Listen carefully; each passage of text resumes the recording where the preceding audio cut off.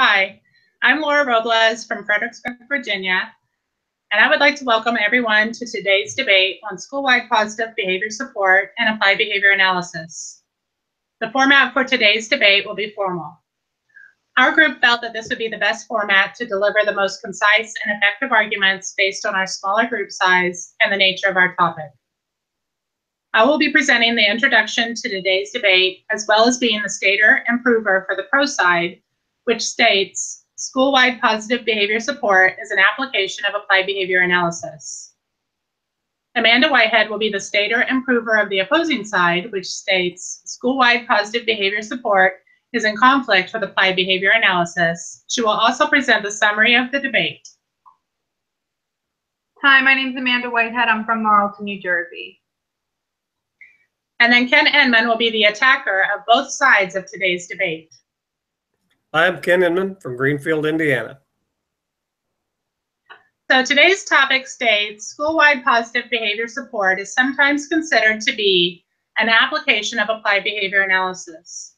Other behavior analysts see it as watered down ABA, and some behavior analysts see it as in conflict with ABA.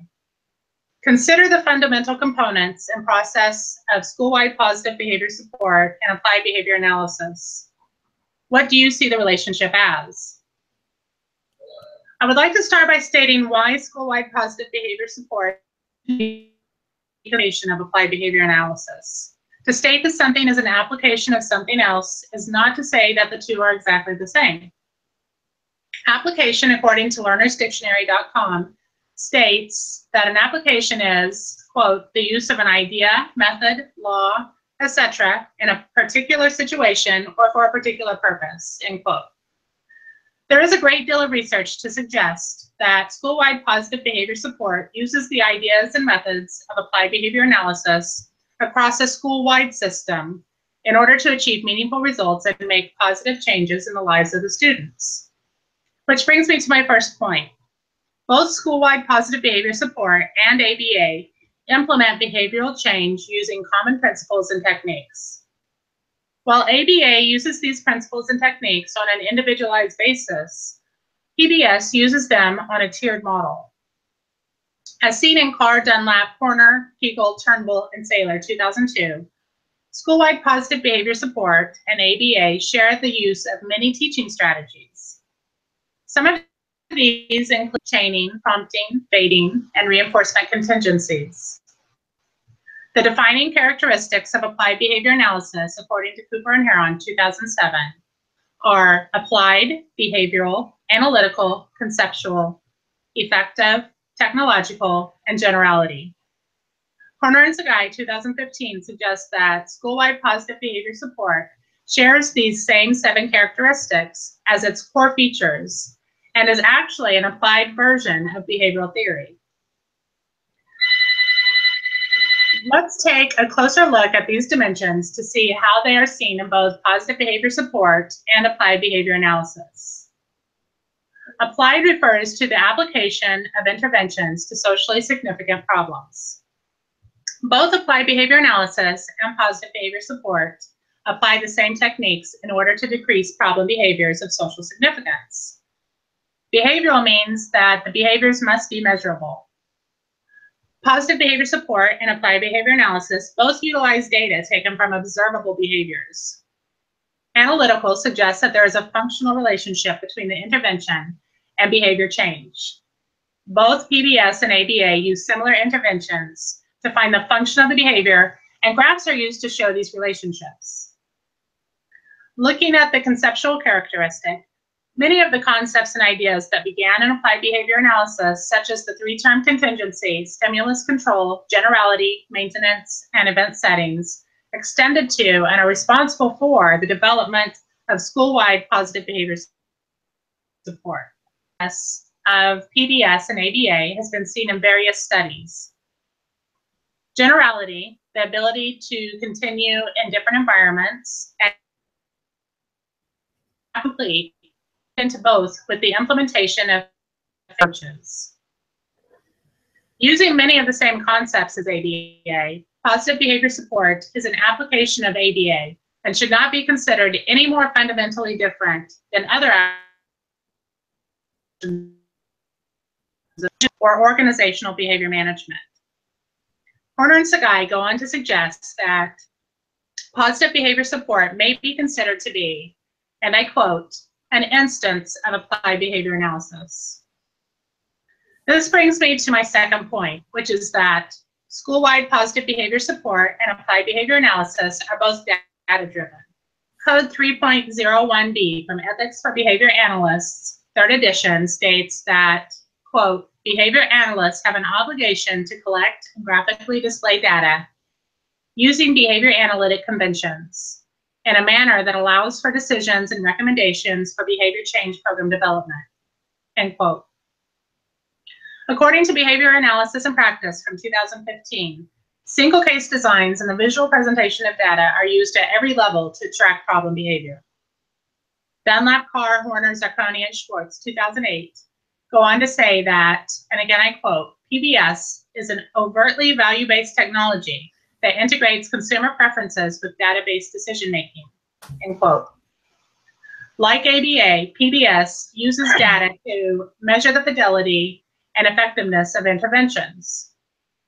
Discrete measures may be used to track the frequency or duration of targeted behaviors for increase or decrease.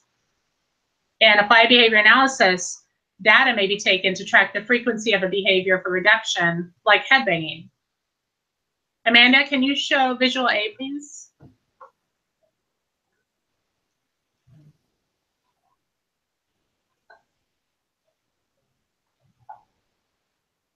Thank you. This graph shows the frequency of headbanging in 4 different conditions: attention, escape, alone, and free play, in order to find the function of the headbanging behavior.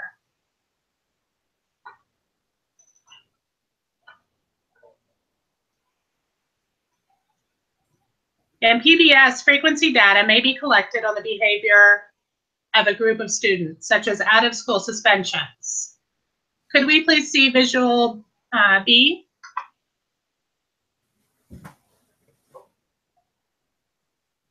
Great. This example shows the number of out-of-school suspensions using school-wide positive behavior support and the number of out-of-school suspensions when not using school-wide positive behavior support. Can we please move to visual C? Thank you. PBS and ABA both consider the 3-term contingency and at times may collect ABC or antecedent behavior consequence data in order to find the function of a behavior. An example of an ABC data collection sheet can be seen here.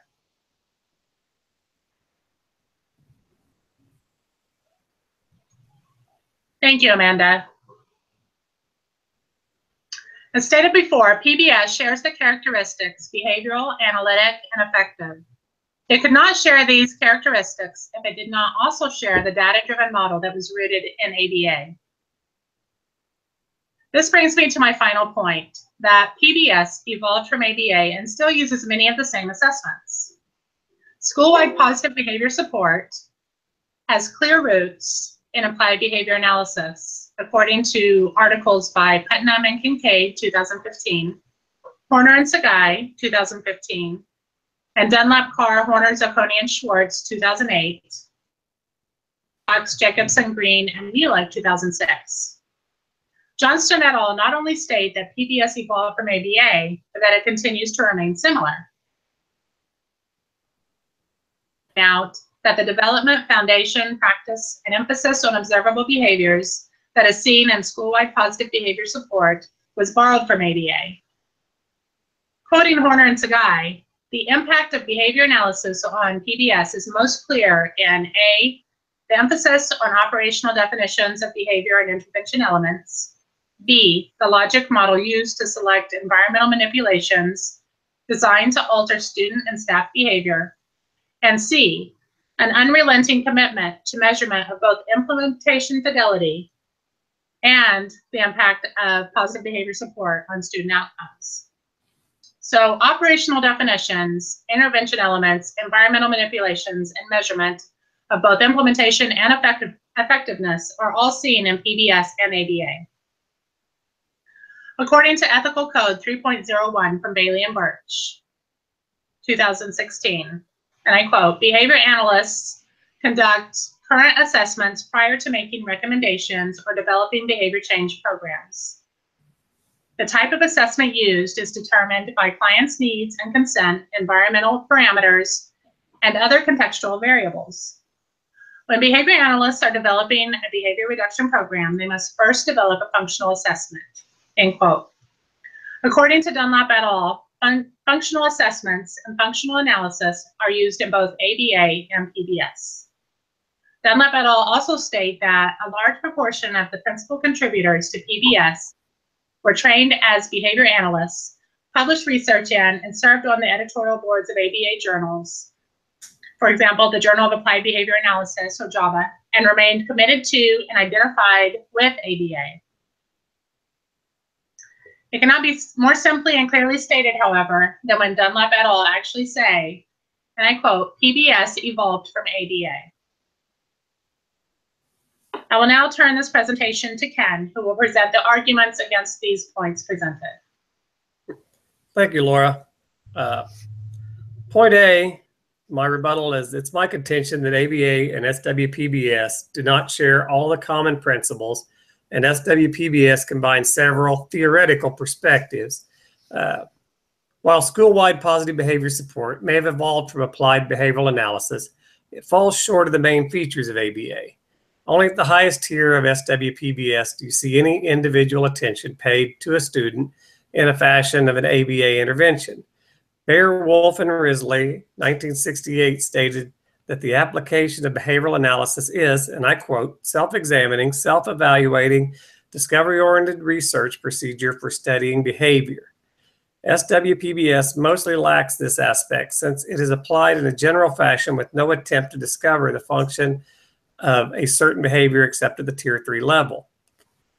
For example, in 2006, researchers in the UK found that displaying an image of a pair of human eyes resulted in greater payment for milk to an honesty box than occurred with a picture of flowers. They demonstrated a functional relationship between the picture of human eyes with a greater chance that milk drinkers would pay for their milk. If you would, Amanda, display the picture of the watching eyes with the graph, please. This is an example of a tactic more likely to be employed as a positive behavior support for a group such as in tier 1 or 2. You do not need to analyze why students are doing something you want them to do or not do. But since we know that a pair of eyes makes humans more likely to behave in a more pro-social way, we could simply display the eyes and see if it works. In the case of the eyes and payment for the milk consumed, the researchers demonstrated a link between the picture of the eyes and payments collected by alternating with a different picture, flowers. Would an SWPBS system work as hard to demonstrate a functional relationship? If they placed the poster of watching eyes by recycled containers in an effort to get students to place the proper material in the correct receptacle, and this did seem to occur, would they bother to conduct a reversal to establish a functional relationship? We could also say that the eyes were the stimulus, the pro-social behavior, the response, but what would a reinforcer or punisher be? Some vague internal mechanism, as Chomsky said? Again, this would lack a key component of ABA. Point B, while both ABA and SWPBS are data-driven, ABA is directed at the individual, while SWPBS, with the exception of Tier 3, is geared towards group. And I would say, would a pair of watching eyes be an effective intervention for a student with ASD who keeps breaking their pencil lead when presented with math problems, thus requiring frequent trips to the pencil sharpener? That is, of course, very disruptive to the class. Perhaps posting a pair of eyes over the pencil sharpener would be an effective intervention. A functional behavioral analysis would gather data on antecedents, i.e. math problems, and seek to learn the cause of the behavior. While it could be motivated by escape, it might be that while concentrating on a math problem, the student presses too hard with the pencil, breaking the lead. A behavioral analyst could discover the cause and come up with an intervention for either scenario. Attempting to implement changes for the whole class would be a complete waste of time and perhaps even counterproductive. A 2008 article appearing in the journal Behavior Modification sought to clarify some shared attributes and key differences between positive behavior support and applied behavioral analysis. Its authors, Dunlap, Carr, Horner, Zarconi, and Swartz, assert that positive behavior support, and I quote, "The distinctions arise from the PBS effort to make strategies more effective in complex settings and at multiple levels and larger scales of implementation." And a 2007 article originally published in the Autism Advocate magazine by Gould and Pratt and posted on the website education.com regarding discipline in children with ASD. And the article, they touch on, and I probably pronounced this incorrect, tertiary supports from Tier 3 PBS. They state, and I quote, "Even as a student with ASD is involved in school-wide and group support, there may be continued need for additional and individualized support to address a smaller number of behaviors or specific behavior across settings. In these cases, a functional behavior assessment is conducted, beginning with defining the behavior of concern, identifying its function, teaching alternative behaviors and skills, and developing a plan to support new behaviors." And this was supposed to have the graphic with the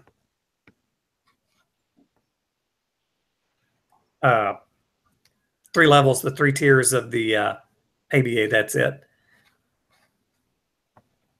So I was to continue. This is a functional behavioral analysis, not simply an assessment or an extension of SWPBS. Changing the word analysis to assessment does not change the purpose, which leads to point C. Point C is that school-wide positive behavior support lacks the rigorous training required with ABA.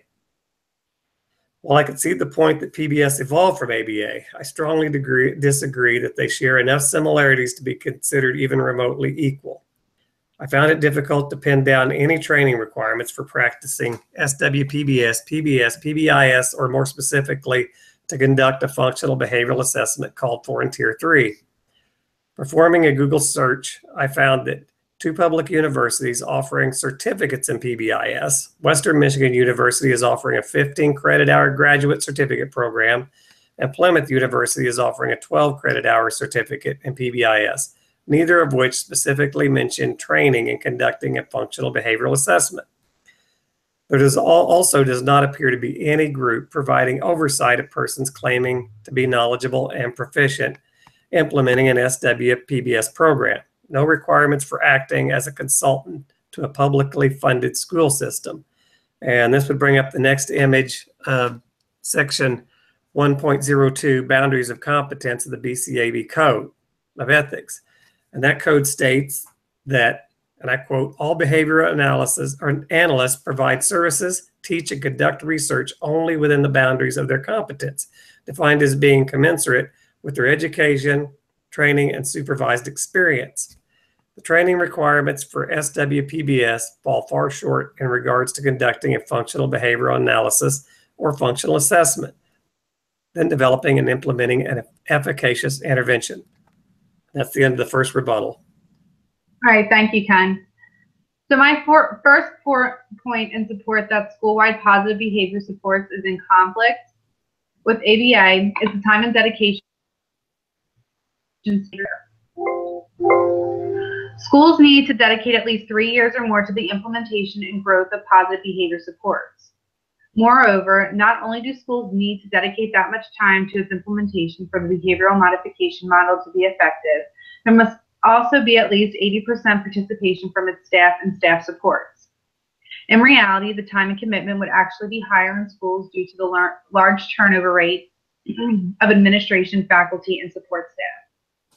According to the academic article entitled "Applying Behavior Analysis to School Violence and Discipline Problems," authors Anderson and Kincaid state, quote, "Schools should not move forward with implementation of school-wide positive behavior supports program until at least 80% of faculty indicate that they will participate in the support for the program for at least 3 to 4 years."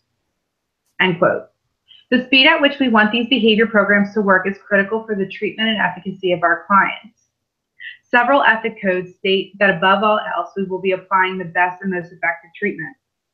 According to Ethics Code 2.09, which states, quote, Clients have the right to effective treatment, and behavior analysts have the obligation to advocate for and educate the client about scientifically supported, most effective treatment procedures. Procedures have been validated as having both long-term and short-term benefits to clients and society. While school-wide positive behavior supports is based in scientifically supported research, as the code states, it does not have the efficacy and immediacy as the components of 2.09 state. Because so much time and commitment is needed to ensure the success of students under a school-wide positive behavior support model, the modification itself does not produce a success rate that would comply with the latter part of the code. Besides the length of time, school-wide positive behavior support is also in conflict in that it requires so much participation from staff to be effective. As a current teacher, I understand how difficult it is to implement even the most sound and evidence-based policies. Teachers are given such a great deal of work and other obligations, it would be unreasonable to expect that many teachers to commit to a program that takes so many years before it begins to show its benefits. This is in conflict with several other codes as well, one of which being Code 1.02 and 1.03. Code 1.2 states that all individuals engaged in the behavior modification system must operate within the boundaries of their competency. The code goes on to describe competence as being commensurate with the education, training, and supervised experience. This would require a great deal of money and time dedicated to making sure the teachers and support staff were continually being educated and held the appropriate requirements for implementing behavior modification systems. Because school-wide positive behavior support does not require this type of specific training from its participants, it is clear that hiring a behavior analyst would be both efficient in terms of behavior modification results and in terms of related costs. My second point in describing the conflict is the tiered system of school-wide positive behavior supports. One of the #1 principles in special education is the idea that education and the way it is implemented is based on individualized plans. These legally binding documents called IEPs are meant to apply a truly individualized plan that ensures the success of its individuals. According to IDEA, an IEP is defined as a written statement for a child with a disability that is developed, renewed, and revised in accordance with state laws. Located within the IEP are sections that are designed and designated to the supports the individual may need outside of the classroom, sometimes including behavior analysis. Implementing school-wide positive behavior supports would be a conflict of behavior analysis because, according to author Amy Locust in her rebuttal to Horner and Sagai, PBIS is not behavior analysis. She states, school-wide positive behavior supports is a 3-tier approach to a system-wide change. Here, Locust is describing a system that is in direct conflict with the nature of a student's IEP. As we understand through IEPs, the success of an individual with special needs is based upon a truly unique and individualized program. According to Code 4.03, behavior analysts must tailor behavior change programs to the unique behaviors, environmental variables, and assessment results and goals of each individual client. And this is where the conflict lies between school-wide positive behavior supports and behavior analysis. My final point is that school-wide positive behavior support is designed to ultimately improve academic discipline functions. According to author John O. Cooper of Ohio State University, applied behavior research is concerned with the manipulation of environmental stimuli to help individuals efficiently and effectively emit specific responses that are important to clients or society. This definition implies that applied behavioral research is interested in what people do rather than what they say. This is particularly important when looking at school-wide positive behavior supports compared to behavior analysis. The goal of behavior analysis is to do exactly what Cooper states, which is provide our clients with resources needed to engage within society. While academic successes may be a resulting factor of successfully applied behavior modification procedure, it is not the end goal. However, the goal for school-wide positive behavior supports is to increase student academic successes system-wide. According to authors Sagai, Horner, and Lewis in their 2009 article, quote, "It is a set of intervention practices and organizational systems for establishing the social, cultural, and intensive individual behavior supports needed to achieve academic and social successes for all students, end quote. As we've discussed in the other points within this debate, school-wide positive behavior support is not totally individualized like the authors would have you believe, though the ultimate goal of students' school-wide positive behavior supports is academic growth. And while there are elements of school-wide positive behavior supports that do place emphasis on modifying behavior so that individuals can find social success, it is not the primary function. Not only are the definitions of these two systems at opposition, the very nature of school-wide positive behavior supports focusing on academic outcomes conflicts with the ethic codes as well. Like my first point, my argument of school-wide positive behavior supports as a way to improve academic functions over behavioral is challenging Code 2.09, which states that clients have the right to effective treatment. Effective treatment for many clients may have nothing or little to do with academic functions, but with how they are able to live and maintain an independent life. In this way, school-wide positive behavior supports does not look at students or individuals who have behavioral goals outside of those that are academic. And I'm going to turn it back over to Ken. Thank you. Amanda's first point, A, regarding the degree of faculty participation for implementing SWPBS, teacher perceptions would be important to achieving the commitment needed to implement SWPBS effectively. In 2013, Furborn and Tyre conducted an online survey of elementary and secondary school teachers who taught in schools that were planning or in the implementation phases of an SWPBS program. They found that elementary school teachers viewed SWPBS more favorably than did teachers at secondary school facilities. They also found that more teachers had a favorable view of SWPBS at schools that were actually implementing SWPBS than did teachers at schools who were still in the planning phase. The authors of that study also cite Everett Rogers' book, Theory of Diffusion, and a quote from that book was, "Momentum gained with successful initial implementation of an innovation facilitates increasing levels of stakeholder support." This would suggest that once a program is in place, that it's easier to recruit more faculty to actively support the program.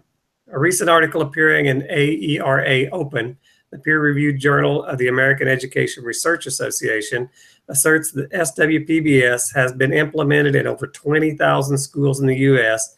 and is in use over 19 countries worldwide. The argument that such a high bar for implementation of an effective Tier 1 and 2 SWPBS program is unattainable is not supportable by the available evidence. The Individuals with Disabilities Education Act does not require a functional behavioral assessment require a functional behavioral assessment for certain students. According to a fact sheet I found on the University of California, Sacramento's website, IDEA does not specify any members, and this is a quote, of a particular profession or members of the IEP team who might be qualified to conduct functional behavioral assessments. As a result of the lack of federal direction, states or even districts must determine who conducts the assessments. Thus, the assertion that IDEA requires the use of trained or certified behavioral analysts to conduct behavioral assessments or intervention is not supported by federal law, though I will concede that it may be required by state or local statutes or district policy. There's nothing that would prohibit a district from utilizing only trained behavioral analysts for a SWPBS Tier 3 program. Point 3 is that SWPBS is designed to ultimately improve academic discipline functions. I'm not a teacher. I don't have a teaching license. And when I complete the program here, I will still not be qualified to teach any subject in a public school. Again, and I know we've hit on this before, Section 102, the BCAB Code, Boundaries of Competence, states that all behavioral analysts provide services, teach, and conduct research only within the boundaries of their competence, defined as being commensurate with their education, training, and supervised experience. This being said, I will acknowledge that there is a certain group of students whose disabilities and behavioral challenges will put them into a gray area where they may be mainstreamed in a public school setting or might require individualized one-on-one learning or even both. I can see where a conflict may develop with this cohort of students who at times will require individualized attention and extensive intervention. Weiss, Del Pizzo, Chang, LaRue, and Sloman explores whether, as I agree with, that PBS is an extension of ABA, or as others contend, is a separate science. Unlike ABA, PBS consolidates not only behavioral principles, but seeks to avoid the use of aversive stimuli, punishment, normalize the person, and seek their inclusion in classes and activities with peers who are not afflicted with behavioral issues or learning disabilities, and I quote, person-centered values. The conflict seems to arise from the supporters of PBS labeling ABA as traditional and not as flexible as PBS, while supporters of ABA point out the lack of training standards for PBS and poor adherence to evidence-based practices. SWPBS has its place in public schools because it is effective for the greatest number of students. It can even improve the learning environment for students with disabilities by reducing bullying and improving acceptance and inclusion by students without a diagnosable disability by integrating an anti-bullying program into SWPBS. And I'll turn it back over to Laura now. Thank you, Ken.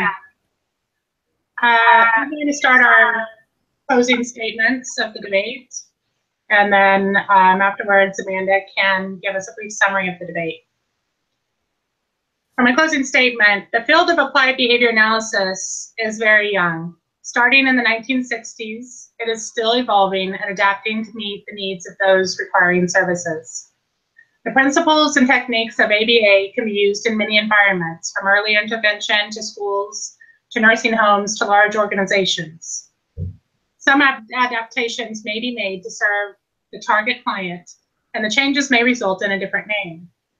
In these cases, you might say they are applying ABA in a different way, but the same basic goal of using reinforcement to increase good behaviors and interventions to decrease harmful or negative behaviors and targeting socially significant behaviors that can improve quality of life are apparent in each environment. Therefore, based on the points and evidence presented today, I must insist that school-wide positive behavior support is clearly an application of applied behavior analysis. And now I'll turn it over to Amanda. Thank you, Laura. So my concluding statement in support that school-wide positive behavior support is a conflict of ABA is that we want to ensure as future behavior analysts that we are providing the most appropriate and effective care possible. We have trainings and a set of ethics codes which function to help us maintain that very principle. While the long-term goal of school-wide positive behavior supports may be beneficial to a school district, the function of behavior analysis is to see lasting behavior change as quickly, efficiently, and effectively as possible. We want to ensure that the academic functions are not the only aspects of our clients' lives that are improving, and we want to make sure that the treatments we are implementing are both evidence-based and individualized. In summation, it is difficult to say that school-wide positive behavior supports is behavior analysis. In fact, many components of the behavior modification system are in conflict with ABA. And I will turn it over to Ken one final time. Thank you. My closing statement, I believe that from all the arguments and evidence presented, that it's safe to say that SWPBS and ABA are related, though they may have different goals or focus on groups or individuals and are best suited to specific situations or individual needs. It would be most productive to work together to require standards for those responsible for implementing or managing an SWPBS program and requiring specific training for those who are conducting or interpreting a functional analysis of any kind. There should be specific triggers for when to seek the services of a board-certified behavior analyst. Those currently practicing or managing an ABA need to recognize the benefits that SWPBS provides to a large number of students. They are not simply economic competitors. We should work towards mutual relationships between the two disciplines. And now back to Amanda for a closing summary. Thank you. So to sort of reiterate what Ken has said and what we've all said in our concluding statements is, after hearing both sides of school-wide positive behavior supports is behavior analysis and that school-wide positive behavior supports is in conflict with behavior analysis, and reviewing the data and talking about it, we suggest that school-wide positive behavior supports is actually an extension of ABA. We believe that school-wide positive behavior supports does not necessarily encompass all the factors and elements and requirements that are designated by behavior analysts, such as the training and the variety of ethics codes, but we do believe that school-wide positive behavior supports was born from ABA and does maintain many similar principles and techniques, although with differing populations and goals in mind. So while they're not the same thing, they can work together without conflict. What is important to keep in mind when implementing school-wide positive behavior supports is that, like the principles in applied behavior analysis, appropriate behavior should be reinforced so that its occurrence becomes more frequent. Ultimately, all students can benefit from school-wide positive behavior supports, and those in need of specific and unique behavior modification should receive those services through their school district or a third-party consultant. So we thank you so much for watching, and if you have any questions, please let us know.